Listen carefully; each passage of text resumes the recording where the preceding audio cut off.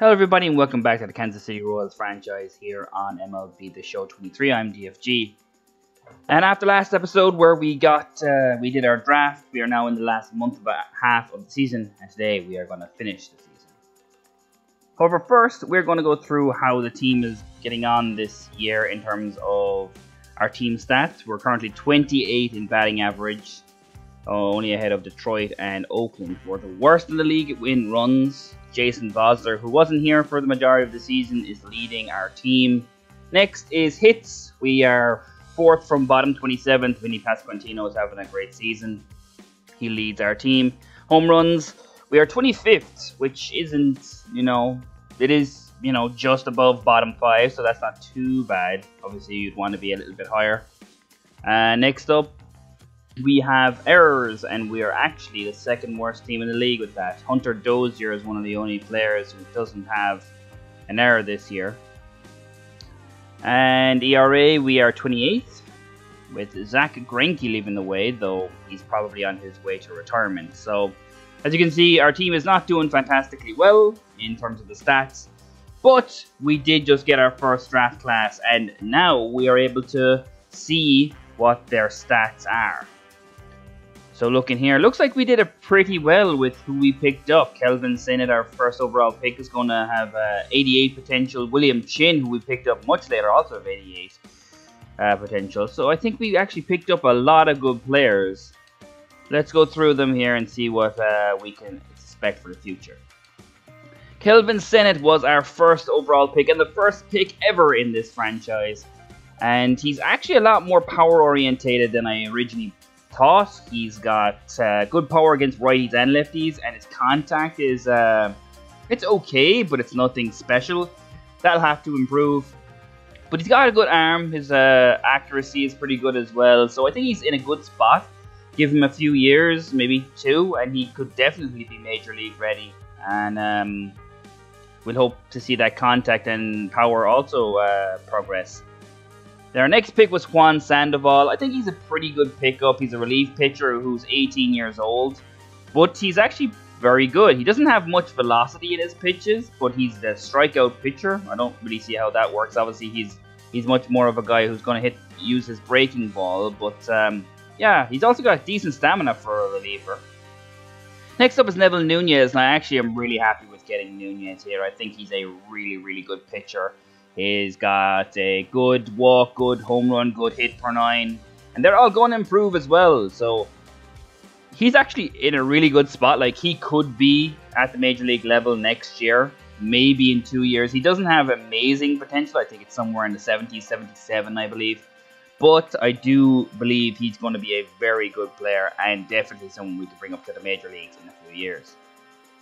The biggest shock of all was William Chin, a second baseman that I picked up that I was talking about pretty much throughout the process, where he had really high potential, but there was nothing in his profile that would suggest that he could reach as, the high potential that it was giving us.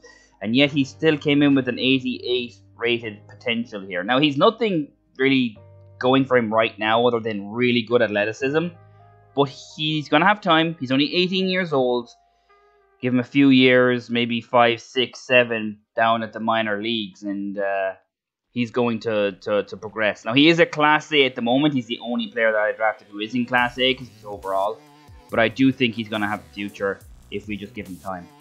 One of the players that we drafted who's pretty much ready to go straight out of the box was Gary Nixon, a 75 overall, D potential starting pitcher.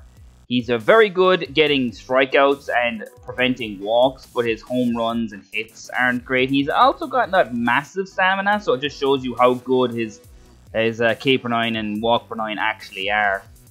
He's not going to overpower you with his velocity or anything, like he is fastball only hits 92.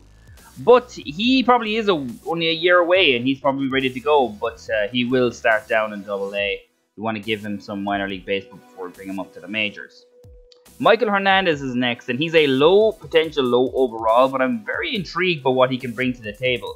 He's a contact first batsman with really good fielding and reaction, so his defense isn't bad by any stretch of the imagination. I actually think he'd be better off playing first base, and I think that's what I'm going to switch him to. He's going to be a first baseman with a secondary position of a second baseman. I'm usually not one to change positions, but I just drafted so many second basemen. I think that this is okay. And our final one is Richie Richie. He's a 63 overall with C potential. Much better against righties, but he's got good vision, good clutch. Defensively, he's not quite there yet. That's going to have to improve, but he's got some good athleticism as well. So, Richie Richie, a righty specialist, but we will try and put him in that lefty lineup as well to see if he can improve against them.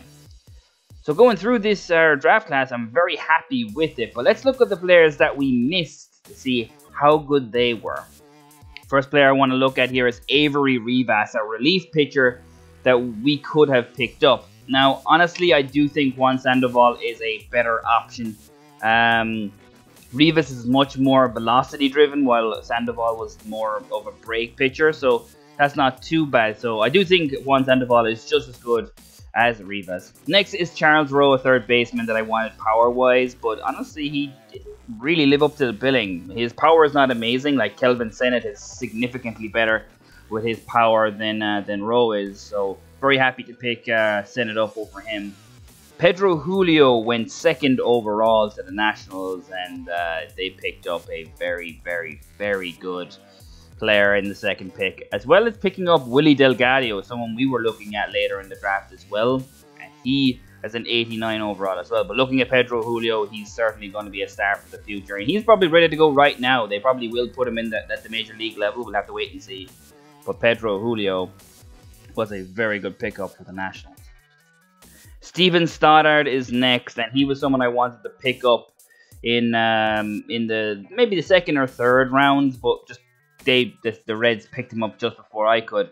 And although he's got good power, I don't think he's going to be an absolute superstar, so I don't think that we really lost out on too much. Though it would have been nice to pick up a first baseman with some power, though we do have Michael Hernandez, but he's more of a contact pitcher. We talked about Juan Sandoval. Now we've got his brother, John Sandoval, it seems here. He went to the Brewers. He seems to be a pretty good player, but at 22 years of age, you'd want him to be much further along in his development, but at only 51 overall. But he does have potential, but he is going to need some time.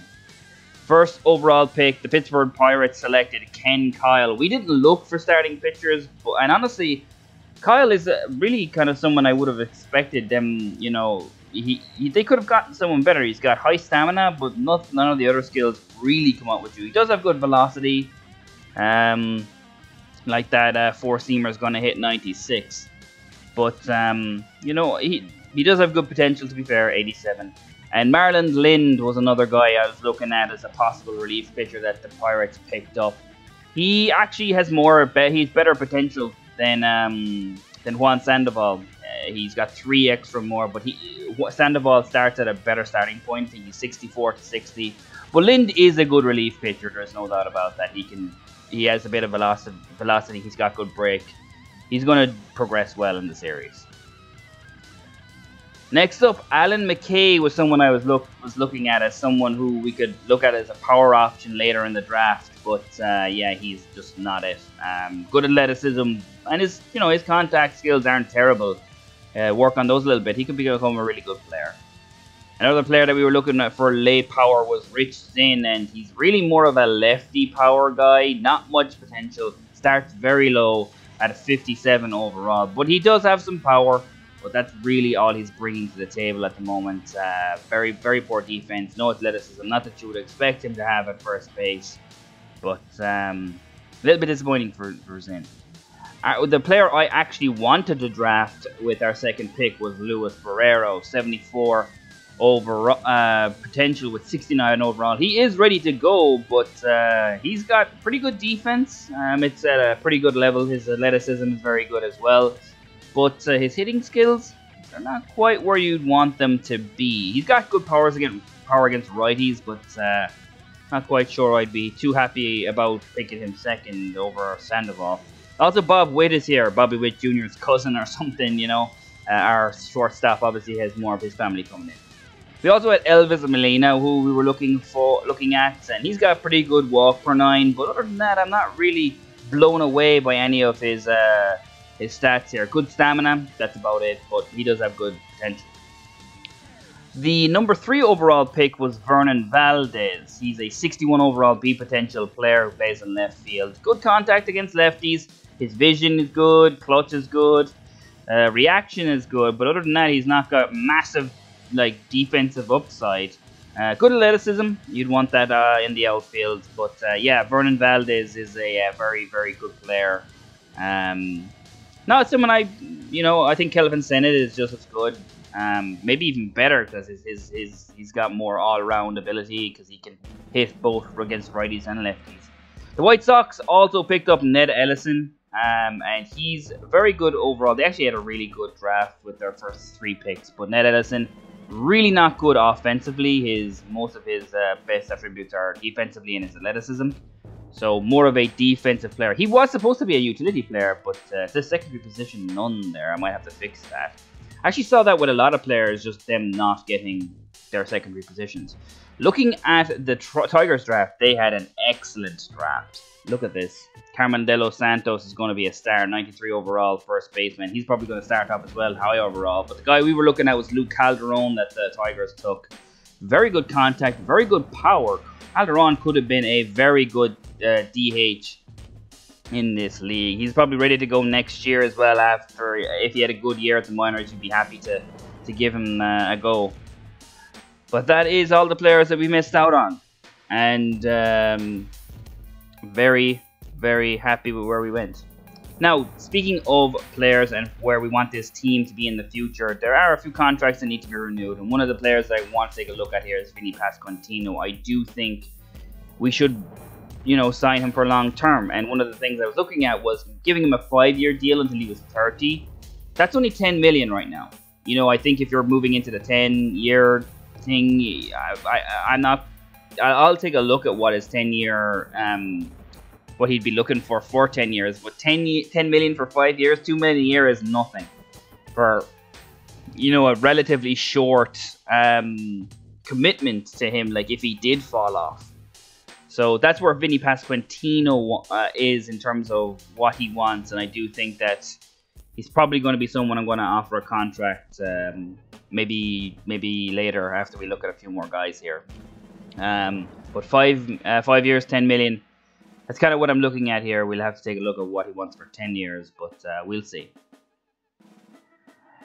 Actually, yeah, let's look at 10 years now. We might as well get it over with.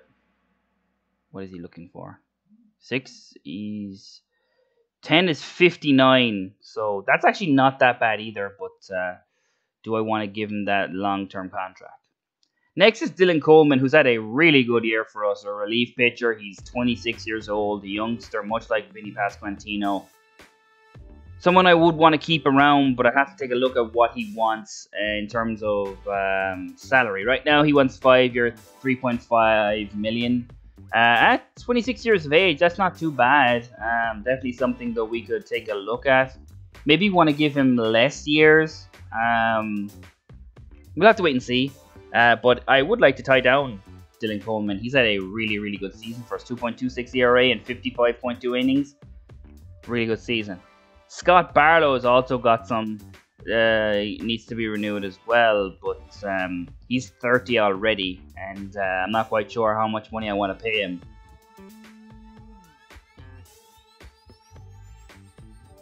A 1 year, 6.1 million deal wouldn't be terrible, though.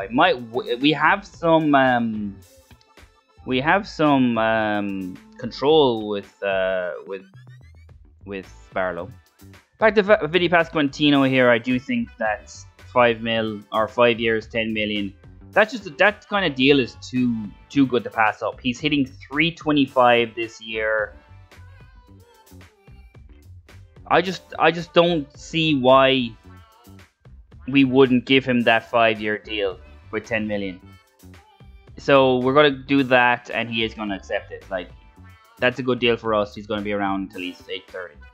Dylan Coleman coming back to him again. I just think with the season he's had, and the season before the series as well, he was excellent. Like, it's really hard to look at him here and just say, like, he doesn't work. He wants 4. If we were given 4 years, he just wants 10 million. That's another really, really nice thing to do. Now, I could give him a bullpen role and then open up the option for a club option to give us the chance that if he was to underperform over the next few years, we could get rid of him in that 4th year.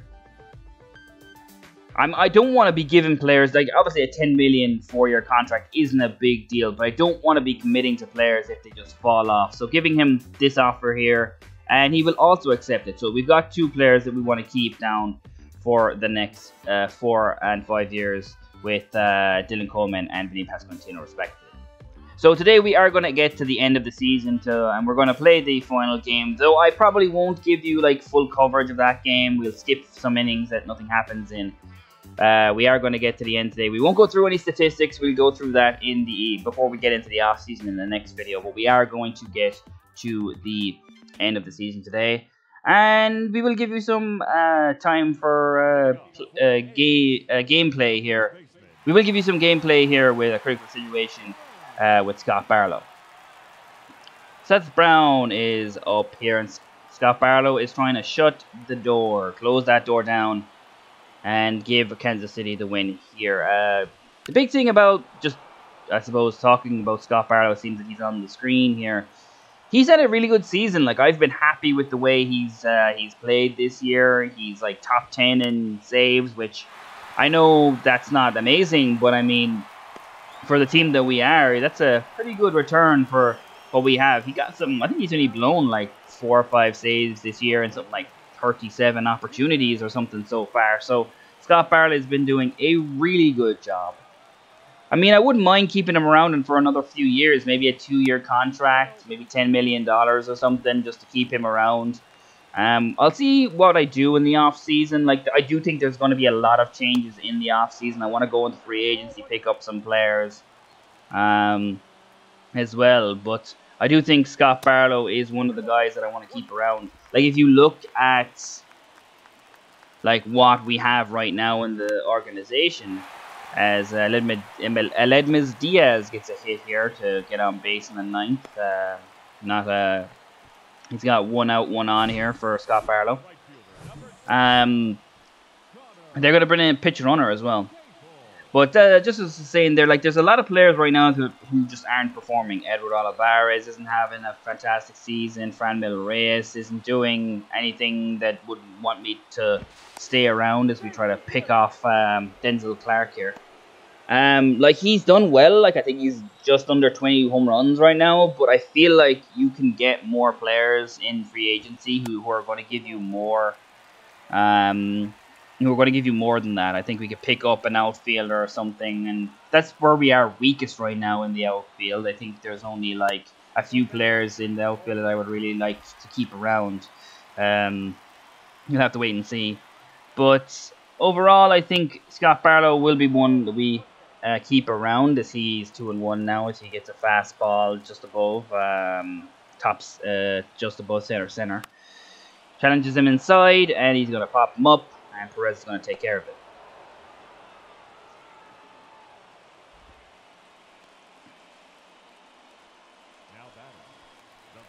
Here comes another Diaz. Jordan Diaz is up for the A's, and he may just be the last out of this game. Nice pitch with the slider low. And they called that a ball. I don't know in what universe that's a ball, but it was a good pitch to me. And they give that one a strike. Okay, well, fair enough. Another thing I've been looking at as well is just maybe doing a college football, NCAA 14, college football revamped dynasty, just because it was the reason why I made this channel in the first place, was to get one of those up and running. But then the new EA game wasn't going to be released until next year, so maybe we just pick that one up. I've had trouble in trying to like make a team for it, but Barlow does get out of the game and saves this game and gets another save as he closes out the Oakland A's. 3-2, and we get another win. Not that it's going to matter that much, because we're already one of the worst teams in baseball, but Dylan Coleman got the win here today. So right after he signed his new contract. So he actually only has 30 saves, not quite 32. So Scott Barlow doing a really good job. Right back to the calendar here as we will sim to the end of August here to get to September call-ups. But, well, we just had a defensive critical situation, and now we have another one, but the Royals did win against that one. And now we're going to have an offensive critical situation. Zach Jackson trying to close us out here in the A's. I think I've watched enough MLB The Show content on YouTube to see that Zach Jackson is very much someone you could get a win out of here. I like Vinny Pasquantino. We've talked about him a lot. He signed a new contract. He's 2 for 3 today. I'm very happy with the way he's played at first base. He's got like 90 contact against lefties right now. Of course, he is facing a righty here in Zach Jackson. We'll have to wait and see what Pasquantino does. That's a terrible swing by me. I do need to start like doing more with just like training my swing, because I feel like I like swing at a lot of stupid pitches. So that's something I am gonna have to get better at. Well, I said this from the start that I wasn't very good at, you know, hitting in this game. I'm more of I'm a decent pitcher in the game. I'm a terrible hitter. But Pasquantino, we will draw a walk here though, so that gets one player on. The tying run is aboard. Salvador Perez 0 for 4. He's disappointed me this season as well, but he signed like a 4-year deal, and that's one he should have crushed. He's got like 4 years left in the deal that he signed. I don't know when they signed that, but he's earning like 20 mil a year. There's another ball he could have crushed. So we're gonna have to see what we do with Perez. I don't know what we will do. Like he's a very good hitter, and he's decent defensively. Like he's not got the greatest arm, but it's not bad. Back to 2-2 now.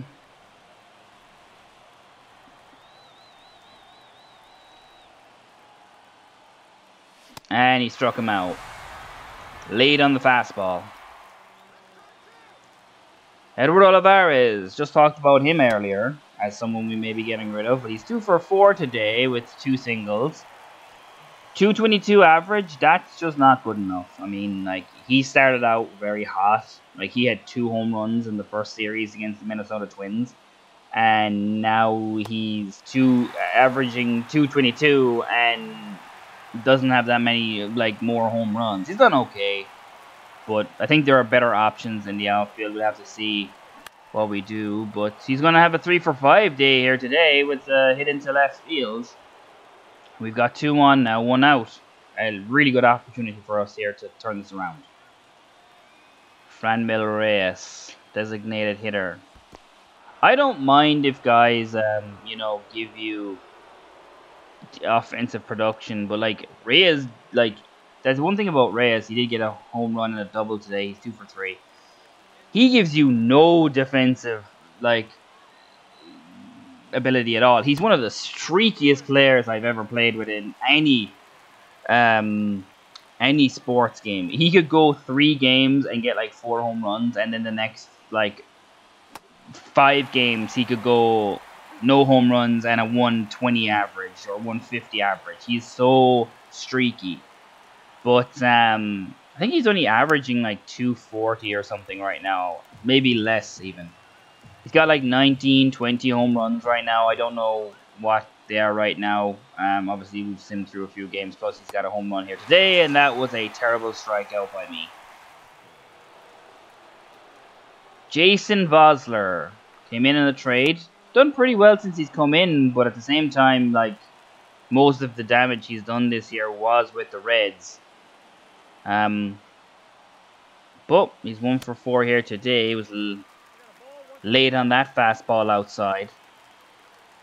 I do think Vosler could be a part of this team for the future. That's a nice contact, but it's straight to second base, and Zach Jackson will get the save here for the Oakland A's.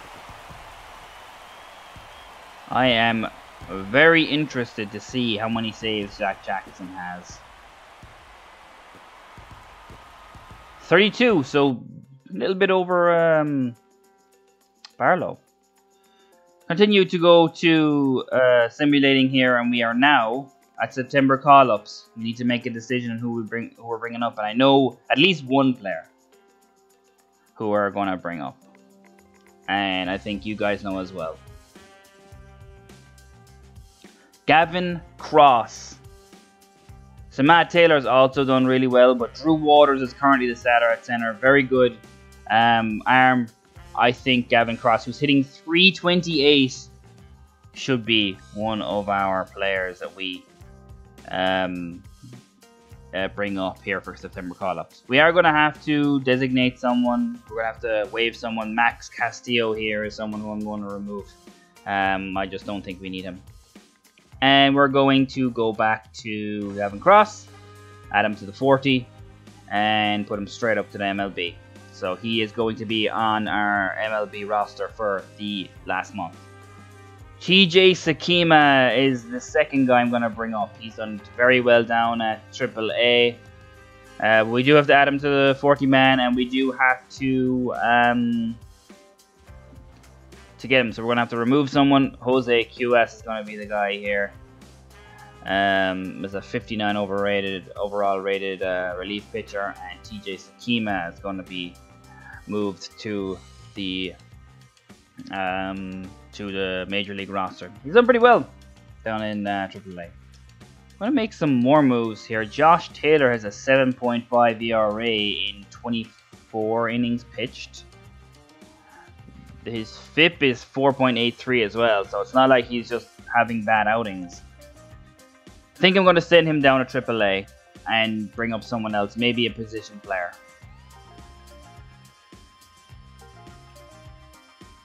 Yeah, Matt Duffy's done pretty well down at second base. He's had time at the majors. Let's see what he can do here in the last month. He'll probably more than likely be let go anyway because of Michael Massey. But let's give him, he's already on the 40-man, let's give him a try at the major league level for the last year. Another thing I want to just talk to you about here while I was doing the lineups for AA. Remember when we were going through our prospects and I was talking about Caden Wallace? Here's the guy I was talking about. He's got 262 average right now, but he's getting incredible development at AA. He's 71 overall. His power against lefties is unbelievable. His contact's coming up against lefties. His righties aren't as good, but he's still doing really well. Caden Wallace could be on the major league roster next year. And going back to the calendar here as we continue to sub through. Washington claimed Jose Cuas off our waivers. A little bit shocked by that. Here's a critical situation. Vinny Pasquantino has 2 home runs already. Not really his game, but I'll take home runs no matter where they come from. We beat the White Sox there 10-7. Mengden got hurt down at AAA. He was someone I was looking at him maybe bringing up to the Major League roster, but decided on TJ Sakima as he had a sub-3 ERA. More critical situations in the 10th, and we actually lose this one with Ryan Yarbrough on the mound. Juan Carlos Negre sustained an injury, so he's going to be out for the rest of the year. Not that our minor league guys are going to be, minor league teams are going to the playoffs. Looking at how players are doing, TJ Sakima has not got off to a good start as a starting pitcher at the major league level. He's got a 5.09 ERA with a 1.53 whip. So maybe he's not ready to be at the major league level. We'll have to wait and see. And Gavin Cross also has not gone off to a great start. 226 with a steal and an RBI, 2 runs. Gavin Cross has also not done well. So let's see if they can improve in the last half month or so. More big injuries down at the minor league level. Carter Jensen has been reinstated. And we're getting into this last week. The Storm Chasers finished 72 and 78, so we will not be going to the playoffs. And the Naturals finished 34 and 35, so they will also not make the postseason in the minors. I just realized I wanted to take the stats for our minor league team, and I did not. That's fine. I'll do it next year. I don't think there's that many players on the roster now anyway that I would want to be taking a look at. Zach Greinke will be fit for our last game here against the Yankees, and it might just be his last game in a baseball shirt and in a Kansas City Royals shirt. So we actually will get to use TJ Sakima today as we take on the Yankees for our final game of the season. And as I said, probably not going to show you much of this game. We'll try and get some highlights, show you how TJ Sakima got on, show you how some of the guys hitting got on, and we'll go from there. So let's see what we can do against the Yankees here on the final day of the season. Had to make a few changes due to fitness problems. Matt Duffy I don't even think he's got a bat yet. Right, let's get straight into this, as TJ Sakima is going to be on the mound for us today. Not gonna, as I said, not gonna do many highlights here for you guys. Gets Bader waving at the sinker there. We're only gonna do a few highlights here and there. It's not gonna be a long game because this video is probably already in the 40-minute mark anyway. So we're gonna try and keep it as short as we possibly can. Did he go? Yes, he did. TJ Sakima gets a strikeout. 2 on, 2 out, and Witt takes care of it for TJ Sakima to get through his first inning with no damage. Vinny Pasquantino is up, 315 average. Dude has done incredibly well. And Garrett Cole, who was starting on the mound for the Yankees today, has just hurt himself on 1 pitch. So he's going to be removed. Maybe we could do some damage. Frankie Montes has come in. He's actually got a pretty good stats in the season. 113 innings, 3.98 ERA. Good against lefties more so. But righties aren't hitting him well either. But Vinny Pasquantino, he's signed now for the significant future as he gets a single right back up the middle. Very nice. We've got 1 on base here in the first.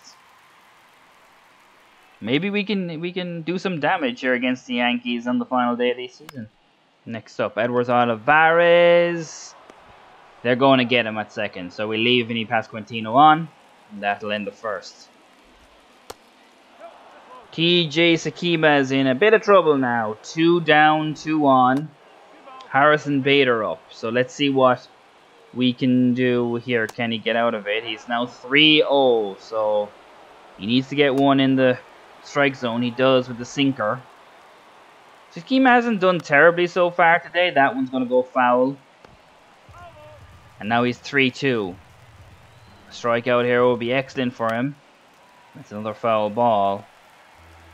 50 pitches through 2 innings, though. That's not exactly what you want to see from your pitcher.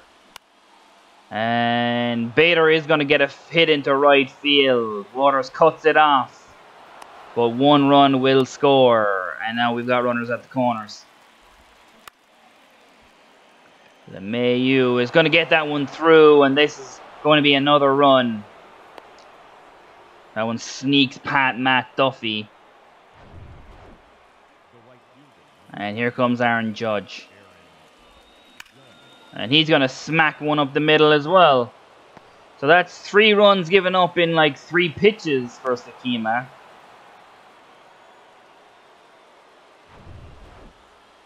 I still like Sakima. I think he's actually done reasonably well here today.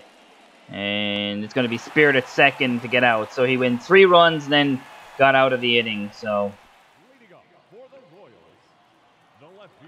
here's Gavin Cross. He's definitely increased his average from the last time that we were looking at him. He's got a 253 average. I just saw he was only drafted last season. Probably should have waited another while. Though I do think he has the ability to hit well at the major league level. Like, he was hitting over 300 and at the AAA level. And he had like reasonably decent amount of bats. I think it's like 70. Maybe I'm wrong. Maybe I'm misremembering. But Yeah, I do think he's a really good player, and he gets another hit there. Pasquantino gets a hit into left field, and in comes Gavin Cross as we get our first run of the day. Vinny Pasquantino delivers once again. And a walk, but there goes Olivares. He's going to strike out. TJ Sakima still on the mound. Don't know about that one. That was a good pitch there from Sakima. He's had a few of those. That's another really good pitch. Change up on the outside. Not quite out wide as he wanted to be, but a very good pitch nonetheless. And he's going to get Judge out here with it, with taking care of it at short. Here goes Cross again. 3-1. And he's going to get a walk. So Gavin Cross has got a walk and a hit today. Very, very good for Cross. So we can see he can hit at the majors here, Cross, in his very short time. Next up is Matt Duffy, who's 0 for 1. That one's low. That could have been called a strike, though. It wasn't that far. That far away. It was borderline. And Duffy hits that one, and it's going to get down. So we've got 2 on, no one out here in the bottom of the 5th. 2 on, 2 down. And Perez is going to hit it softly to second base, and that's going to end the 5th. Nice pitch. Sinker low for Sakima. But 93 pitches through 5, and he just gave up a hit to Higashioka here. I think that's going to end his day. Was trying to get him a quality start, but yeah, I think I'm going to take him out here for the final game in the career of one of, well, a really, really good pitcher throughout the years, and a player people are going to remember if he retires. He may not retire. He's 39. He's 39 when he started the season. I don't know what age he is now, if he's gone to the 40, but he's had a very good season. Zach Greinke takes the mound, and let's see what he can do in his possible final appearance on the mound. There's 2 on, 2 out here for Greinke, and Judge smashes one, but Lopez blocks it and gets him at first. Greinke makes it through the 6th with no damage. And there is a glorious curveball to get through the 7th as well. Greinke got through 2 flawless innings. Matt Duffy here at the bottom of the 7th. 1 for 2 today. Greinke, I'm so, pleased. Oh, that actually got past the first baseman. And Duffy gets another hit. As I said, very pleased with how Greinke played. He did leave up a walk, I think, but still had a great season here. And here is the 9th, the last hit, and it's speared at first, and that is going to end it. Both teams got 1 run there in the last few innings to add to their scorelines, but it ends 5-2. The Yankees 5, the Royals 2, and that's just, I'll just tell you what kind of season we had. And they swept us. However, that will end our season. We ended up with 54 and 108, and in the next episode, we get to go into the offseason and we go through some stats here for the end of the season. If you enjoyed the video, please like and subscribe. It really helps out the channel and the video. Also, want to know if you're interested in maybe an NCAA 14 franchise. Put that in the comments if you are. But thanks very much for watching. We'll see you in the next one, and I hope you had a great day. Peace out, guys.